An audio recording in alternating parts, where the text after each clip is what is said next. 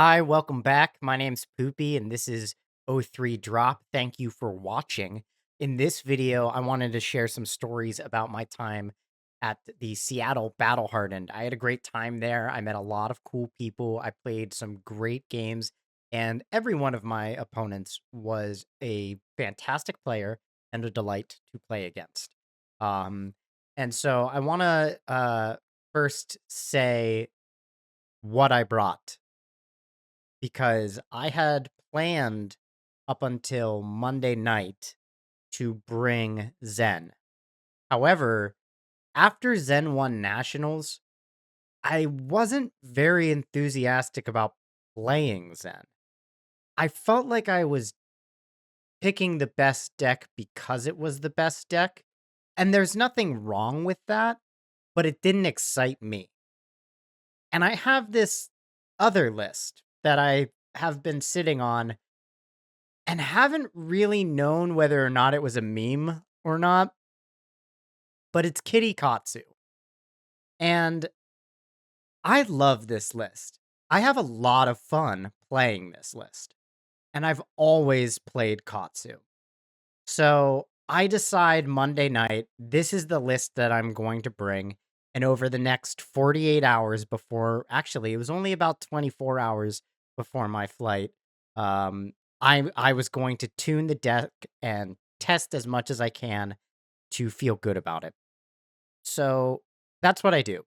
Um, and the big thing that I am unable to land on before I leave is my weapon slots because we saw Zen have a lot of success with Zephyr Needles, but Katsu typically runs harmonized Kadachis.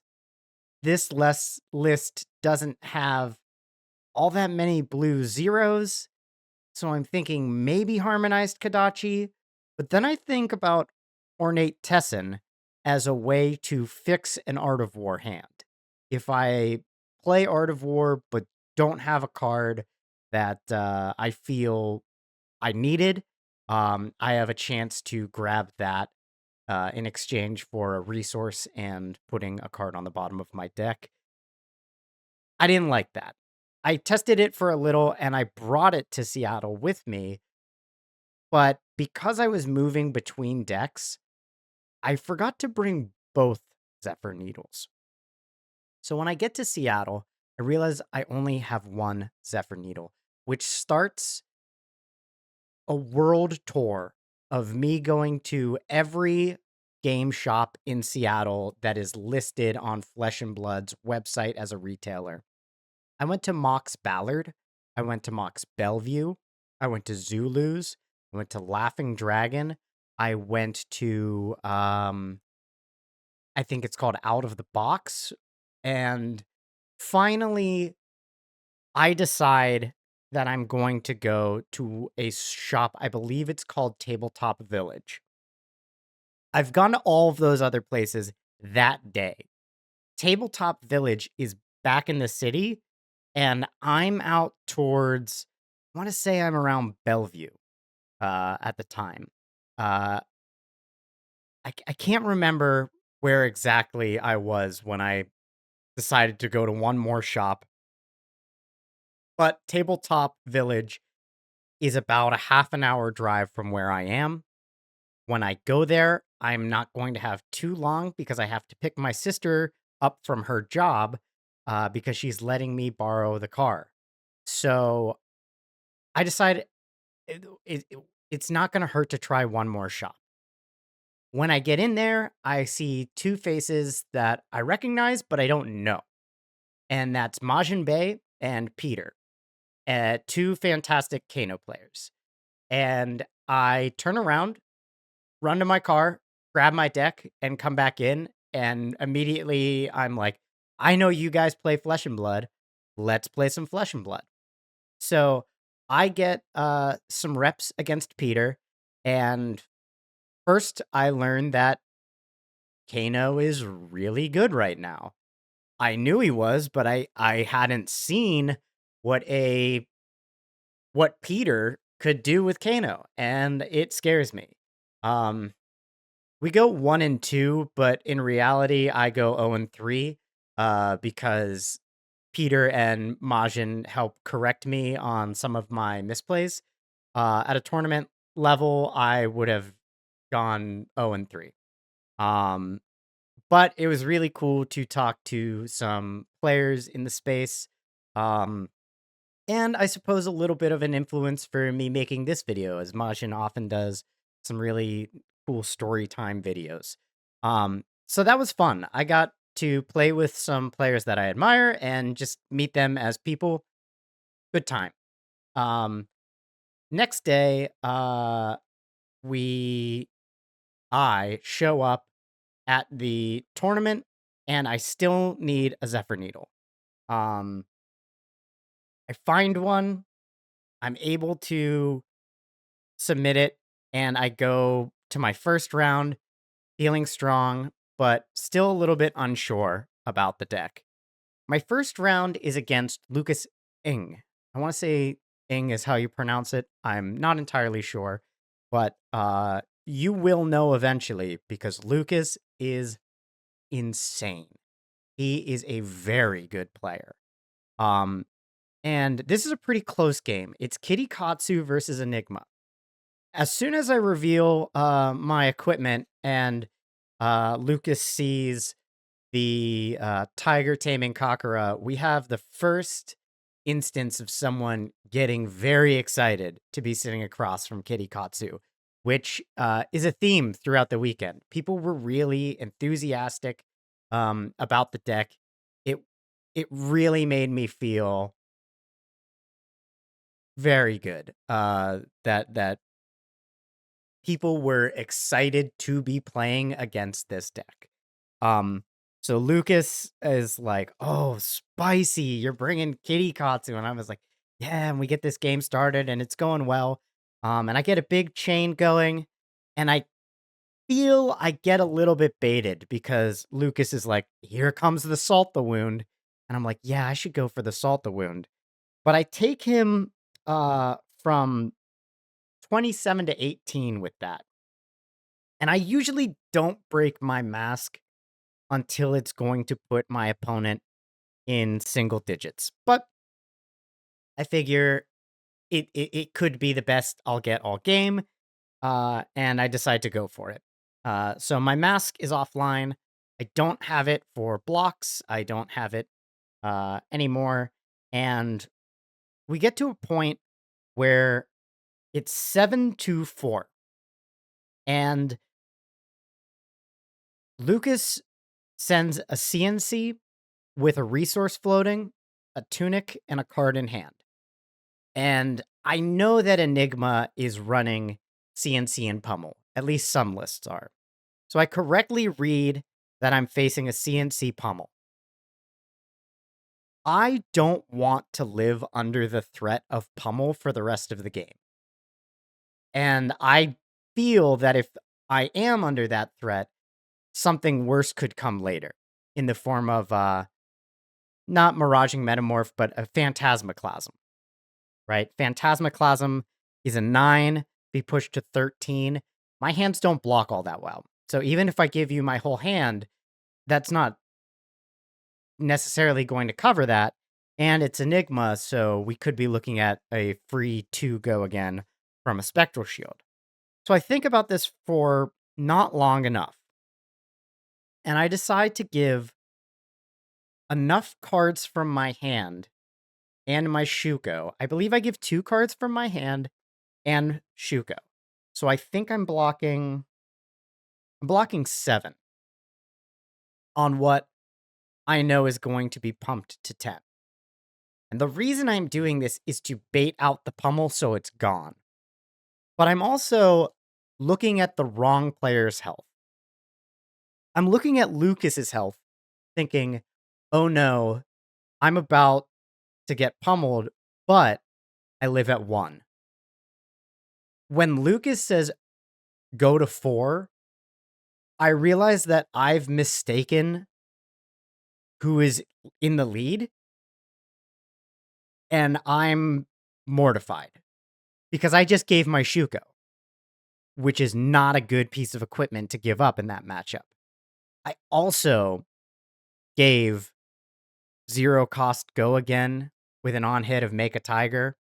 I gave up some pretty valuable cards in this matchup that would have forced a block that Lucas really probably wouldn't have wanted. So that was disappointing, but that's my round one. I'm bummed that I lose round one, but I'm very happy at the end of the day because Lucas went undefeated in Swiss. So the first round I lost was against a player that was undefeated. Well deserved. Good player, good energy, nice dude.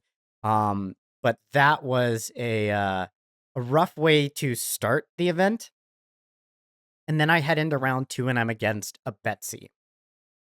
I, as it may surprise you, have not practiced this matchup. But turn 0, my opponent sends an overpowered attack wagering gold for 10.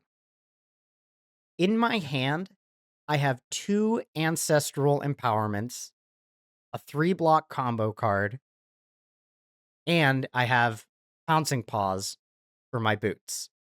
So I block it out to get the gold, preventing Betsy from getting what I'm assuming is a key piece of her engine, and also allowing me to fix an Art of War turn later. This is somewhat based off of what I'm thinking about why I wanted Ornate Tessin. It turns out to be better than I could have expected because as soon as my tunic is ready, I draw into an Art of War. And I also draw into, I believe it was Roar of the Tiger, and it wasn't Roar of the Tiger, but I did have a red predatory streak. I didn't have Roar of the Tiger, but I had red predatory streak, and my tunic is ready. I use it for Art of War. I draw a hand that's okay, but nothing special. There is a blue pitch in it, which I use to break the gold. So I'm floating 1 resource, and I draw Art of War. Now we're really cooking, okay? So I choose to play Art of War again, first and last, and I draw Art of War. And I draw Head Leads the Tail. Okay. In fact, I don't think I had red predatory streak. I might be misremembering that because what I do is I break my boots, play Head Leads the Tail, naming tigers. So my tiger is coming in for 4. All of my tigers will be base 4. I then throw 2 mauls on top of it. Okay. So I take my tiger to 10 and I make 4 more tigers. I take Betsy from 36 to 2 life that game. That chain was unreal how much damage it threatened. And the Betsy player took it well. This is what Kitty Katsu wants to do, but it is I mean, I kind of had to shake my head and be like, I'm sorry, I never have a triple Art of War turn. And you know that feeling where like you just did something too degenerate. It's what you want to do. It's like the best thing. It feels so good, but you know that like that was just too degenerate. That was the feeling. Then I play into another Katsu in round 3. Now, this was a really friendly opponent who was very excited about the list. I shared the list with them afterwards. But I have played Katsu exclusively for a year. I know the Bonds of Ancestry list like the back of my hand. There's a couple small variations in every list, but there's very little I think my opponent can do to surprise me. And so I'm able to, with a pretty good amount of accuracy all his lines as the game is going. So I'm able to say, okay, you broke your boots, you have one floating, um, but you're gonna bonds of ancestry, but you need to have descendant in your hand. I can't, make it perfect right now, but I was effectively able to go like, okay, so here's what you do. You're about to go whelming, bonds, descendant, bonds, flusterfist. And he had 100 wins in banish as well. So it's like, okay, so this is whelming bonds, either 100 wins or descendant bonds, 100 wins, flusterfist. And I'm able to count that up and be like, okay, this is how much damage you're presenting, and this is your best line. I know this is your best line. And honestly, even if there was a dishonor in there, I'd have been fine at that point. But I'm able to close out the game. We exchanged deck lists. My opponent Aiden was really fun to play against, but when you've when you're playing against a deck that you just know that well, um, I have the advantage because people don't know Kitty Katsu. They do, but they haven't practiced against it. They haven't had to do the math on the fly. My next game, I believe, is against let's see here. I believe this one's against New. Yeah. My opponent is Nick. Nick is, I believe he said new to the game, new-ish. Maybe it's his first major tournament.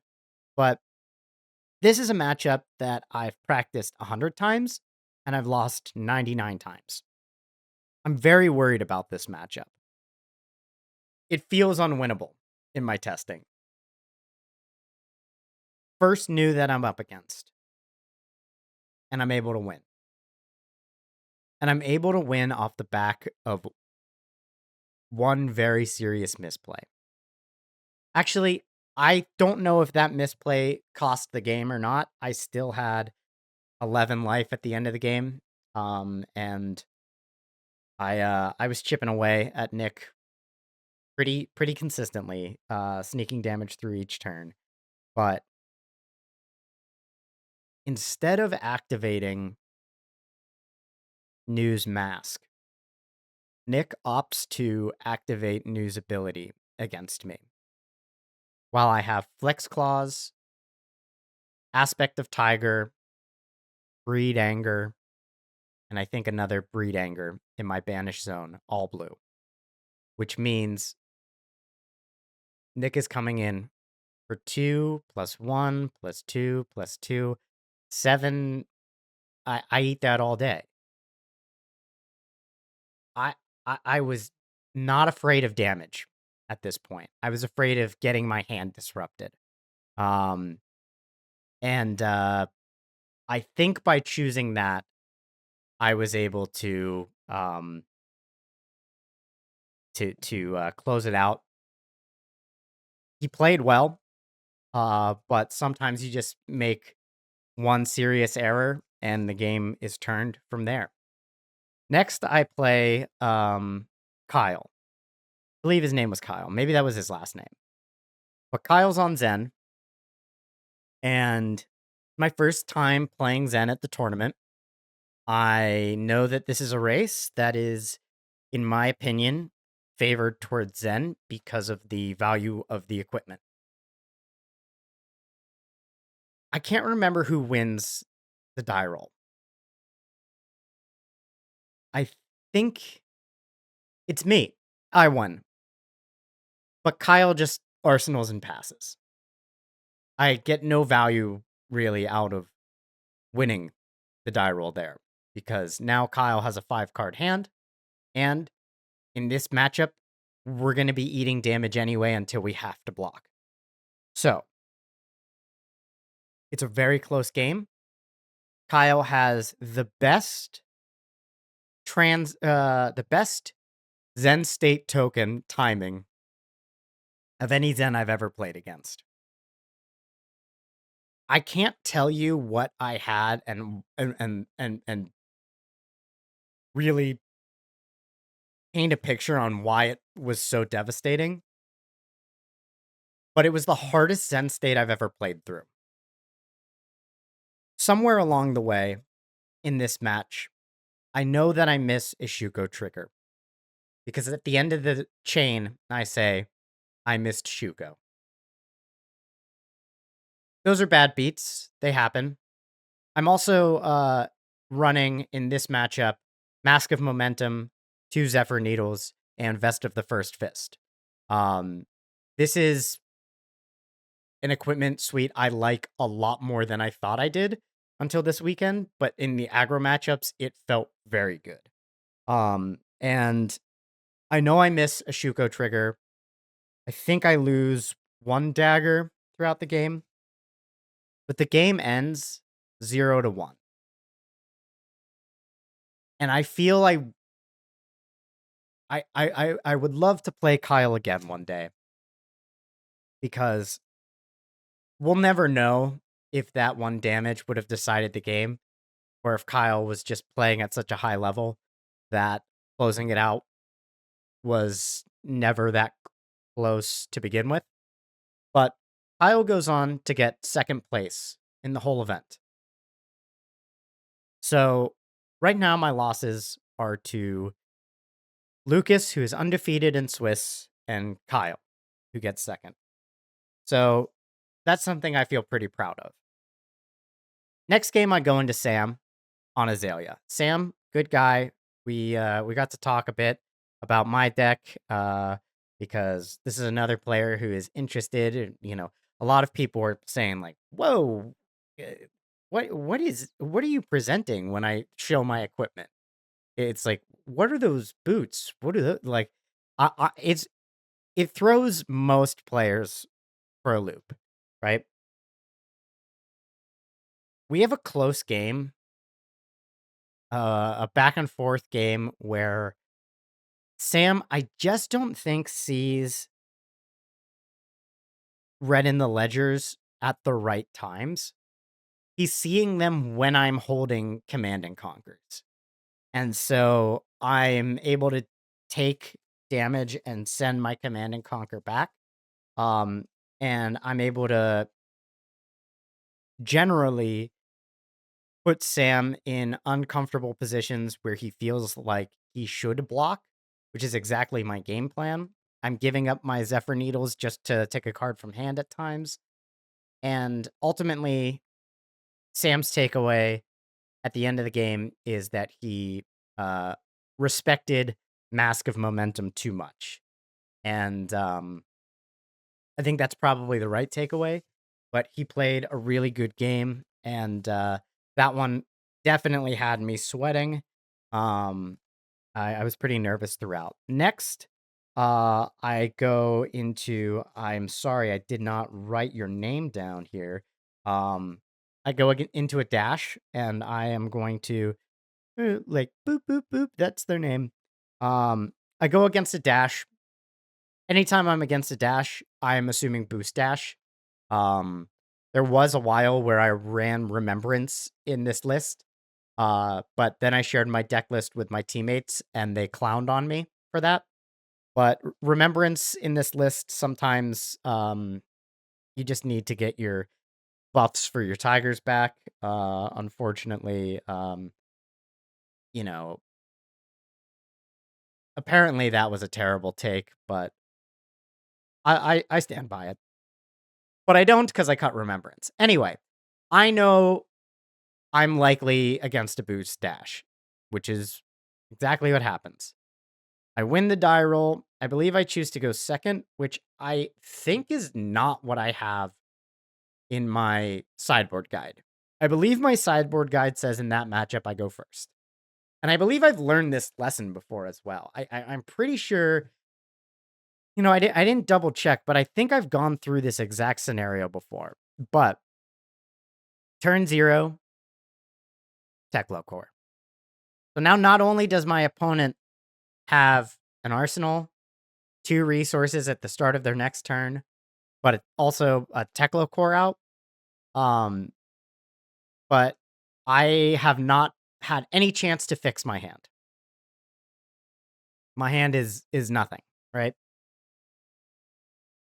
I survive in that game longer than I should because my opponent blocks with the Stonewall gauntlets, I believe is what they're called, the new gauntlets from Part the Mistveil, against Head Leads the Tail, while Head Leads the Tail is not buff.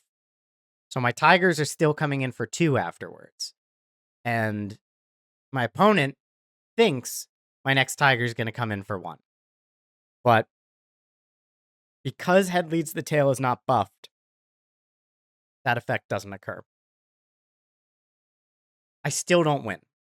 I still get max velocity'd, I think 2 turns in a row, and that is a very aggro game. And yeah, my opponent got it. Well played, and you know, they didn't go on to top 8, but it was certainly a match where I mean, I was beat. I can't point to any severe misplays on my part. It's just sometimes you get beat, and that's what happened there. My final match that I have here, though, let me see. That's 1, 2, 3, 4, 5, 6, 7. Okay, yeah. Round 8. I guess this is the final round. Yeah. It's another mirror against a Katsu. Um, this one goes a little closer. I think there's some Art of War turns that are happening, but again, I think the advantage is to uh me as the player on the offbeat deck. Just because I know their deck, they don't know mine as well. A lot of people this weekend were really excited about my list, but had to read the cards. So I had a great time all in all. I ended the day 5-3. 2 of those losses making it to the top 8. I felt pretty good about that. I felt really good about the community's support for seeing Kitty Katsu. Um, I felt like I sat down from people and it was clear they're like, "Oh, you're the one playing Kitty Katsu," and it was like, "Yes." So that was really nice.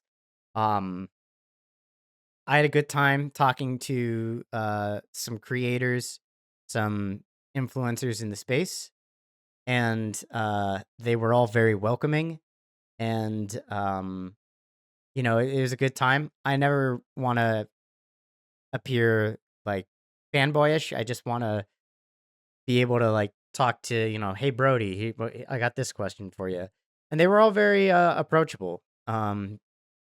It was a great time. The PTI, I get smacked. I get absolutely smacked. I go 2-5. I go Lawson to Zen, Lawson to Zen, and then my third round, I'm so devastated. I start this game in such a negative headspace that I don't know what I'm thinking. But I'm against an Azalea, turn 0, red in the ledger. I draw up. My hand is Art of War, Warmonger's Diplomacy, Command and Conquer, and Light and Strike. Now, I think that the best move that I can do here is play Command and Conquer, pitching Warmongers, and then Art of War if the opponent commits 2 cards to blocking it. That's what I think is the best move. I forget that I am under red in the ledger, and I forget that I have an inertia token. I'm not paying enough attention. And so I go in Light and Strike, 5, go again. This is the worst possible play that I could have made. The worst possible play. The only play that could be worse is to pitch in Light and Strike to play Art of War banishing CNC. because I choose 5 with no mode active effectively. When I realize what I've done, I want to quit the tournament. I'm like, I'm done, whatever. And I carry that energy into the next couple games where I play another Azalea. I play an Azuri. The Azuri won off of a cut to the chase, which I was not expecting. It was definitely something where maybe if it was day one, I'd have gone through the cards in my head and said, what could be in that arsenal? Okay, blah blah blah blah. I was so out of it. But I do pick up 2 wins at the end of the day against a new and a Riptide. Um, so all in all, fun weekend. Um, thanks for listening to this story. As a reward, let's check out let's check out this list. So we're gonna pull that up here. Okay, we're gonna look at Kitty Katsu here, and I have some changes that I would make to this list that I'll go over at the end. They're in the maybe board, and I will put this deck link in the description below. So the equipment is pretty much either always going to be some variation of these. We also do run AB3. I put that in the inventory because that's really only for Kano. We sometimes have AB if we're playing against a Rune Blade, but for right now, this is really what we should focus on. And the most important piece of equipment is the Pouncing Paws.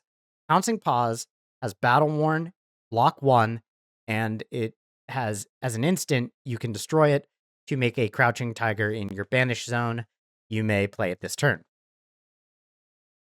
That comes in handy a lot. The number one thing it comes in handy for is when you are able to play Chase the Tail, but don't have a second Tiger to follow up. However, it comes in handy for so many things. If you're able to Tiger Swipe and your opponent blocks it out completely, but you have Pouncing Paws, any buff to your Tigers, and Pouncing Links still available, you can break this, throw your Pouncing Paw created Tiger, get the hit from Pouncing Links, and then go search for a Tiger Swipe. So those are some of the ways I like to use Pouncing Paws. It's really good. It's really good. It's not the Mystic surfboard that Zen has, but I like it more. I do, because you can block whenever you need it, and then you get your Tiger when you need it. The reason why Zen's is better is it allows you to do things like Art of War, banishing the Tiger. It allows you to Enlighten Strike, tucking the Tiger. There are reasons why Zen's boots are better, but I prefer Pouncing Paws because I like to have that one additional block when I need it, and the Tiger exactly when I need it as well. This is a tunic list. I don't need to say anything about that. Mask of Momentum, we run this into aggro matches when we want them to block. Mask of the Pouncing Links, pretty much any other matchup we're going to run it on. Tiger Stripe Shuko, it's the only real arm piece in this list. Kakura is if you are facing against anything that likes to block, or if you're playing against Enigma or Prism, it's very important because you can very often send a Tiger for 5. Um, it's not hard to do if you have well, you can send it for 4. Yeah, 5. So if you play this, if you play a Tiger, then you play Chase the Tail, then you swing Kakura, and then you play a Tiger, it'll get 1 from this, 3 from Chase the Tail, and 1 from Shuko. So 5 unpreventable. Very nice in the Enigma matchup. And Zephyr Needle. Hopefully you've seen why Zephyr Needle is so good. right now in this very aggressive meta. Zen loves to force his opponents to block because it prevents them from being able to disrupt on their turn and crack back at all. So this list is pretty simple, pretty standard. Ancestral Empowerment is such a good card in Katsu. It does everything right. If this was a blue card, they did a really it was right not to make this a blue card. This card's insane. Art of War, don't need to say anything about that. So let's get into let's start with the Tiger combo cards. And I'm going to start with the most important one, which is Chase the Tail. You might think the most important one is Tiger Swipe. I would say that you're wrong because a Tiger Swipe with 9 tigers for 0 before it makes 9 tigers for 0 after it. Chase the Tail is a 1-cost card. If Crouching Tiger was the last card this combat chain, the next it gets go again, and the next Crouching Tiger this combat chain gets +3. Okay, let's say you have 1 tiger, but you have this, and then you hit. We'll say a Double Strike is in your hand. The best card to go for then, Aspect of Tiger Body. This is how you make that second tiger. This card might not seem all that special, and really this whole list isn't all that special. But when it works together, it works so well. So Tiger, chase the tail off of a tunic, get rid of Double Strike for Aspect of Tiger Body. Great play. It feels really nice. So there's that. We have it in blue as well. Blue is not as good. It's just not. This is mainly because it's a blue pitch and a 3-block. And it has combo, which is relevant for Flick Flack. But we also do play it, it sometimes comes off of a Biting Breeze, and that's nice. But this is not as valuable as red. Red is 100% more valuable because of Chase the Tail. Biting Breeze is a card that no one wants to block, and I love it because of that.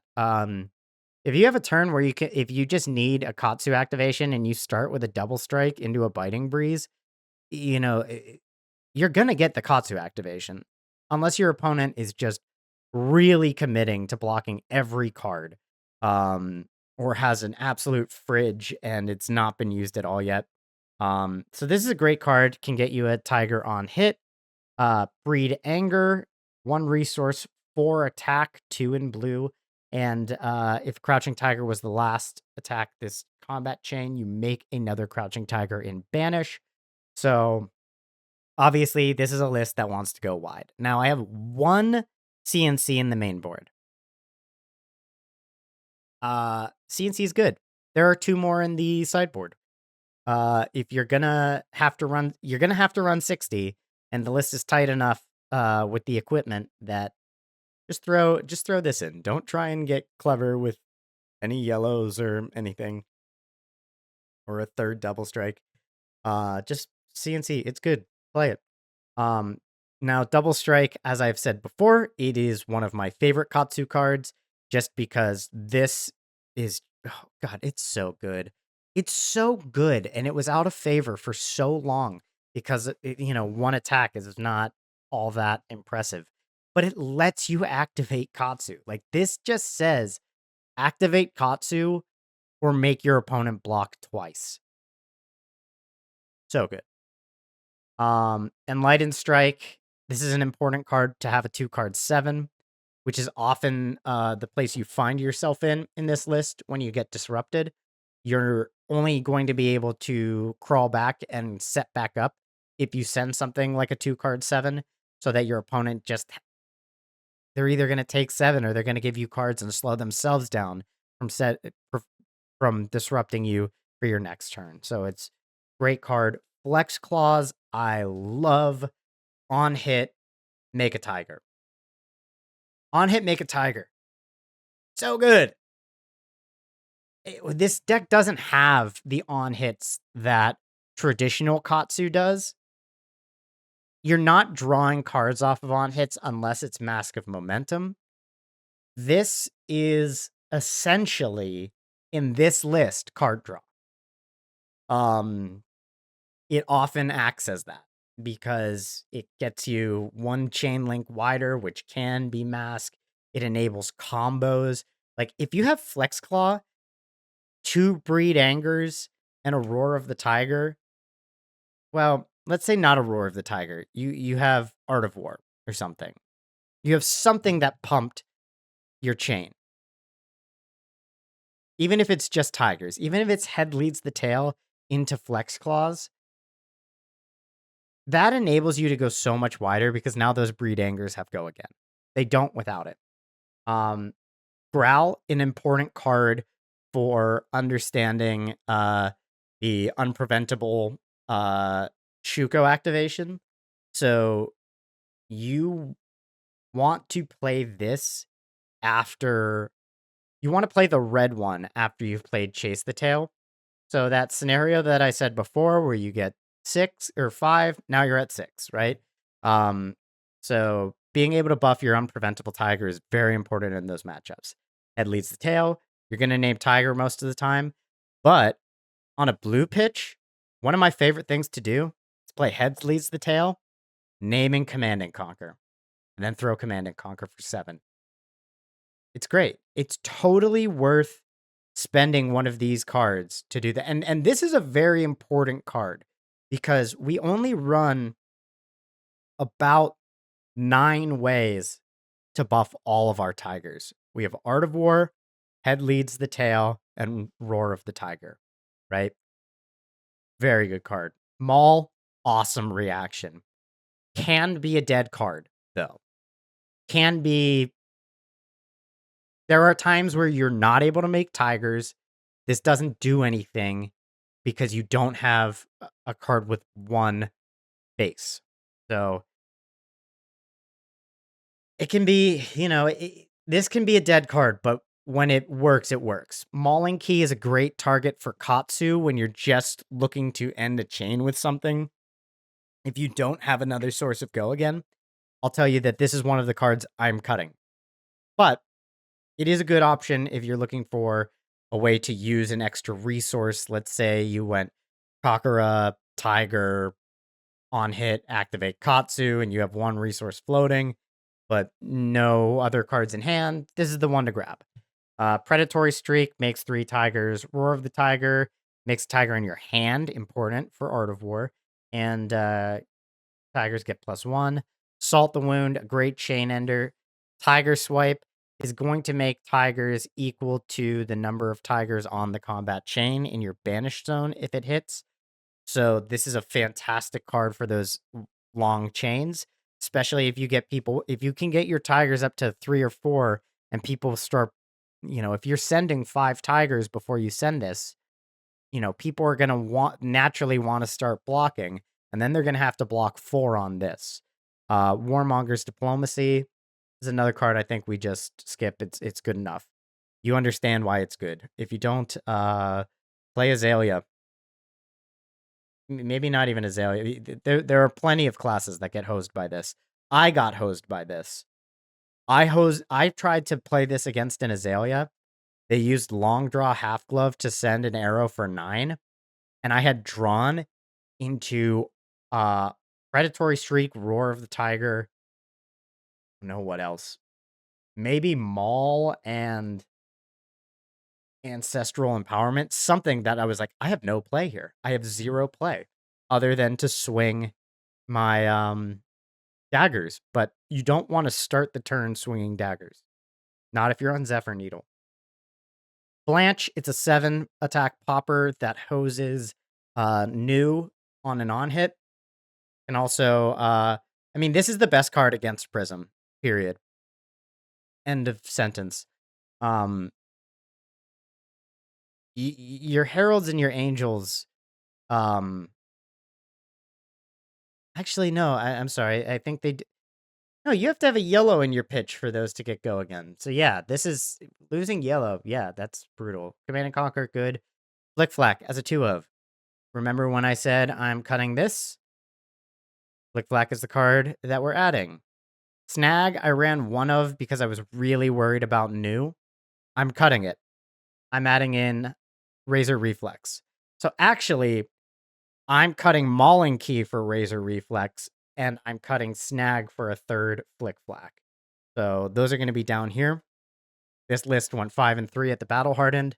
I hope that you are able to get some reps into it. If you're a Kitty Katsu supporter, because I know there are a ton of you out there, give it a try. Please don't give up on this list just because Zen is the best deck. This list is fun and has legs competitively. It might not be the meta list, but B tier decks win Battle Hardens more than you would think. Mine didn't. I didn't. But this is a super fun list. I hope you like it. That's all for this video. Thank you for sticking around and watching. I know it was a long one, but I hope you enjoyed, and we will catch you in the next one. Bye.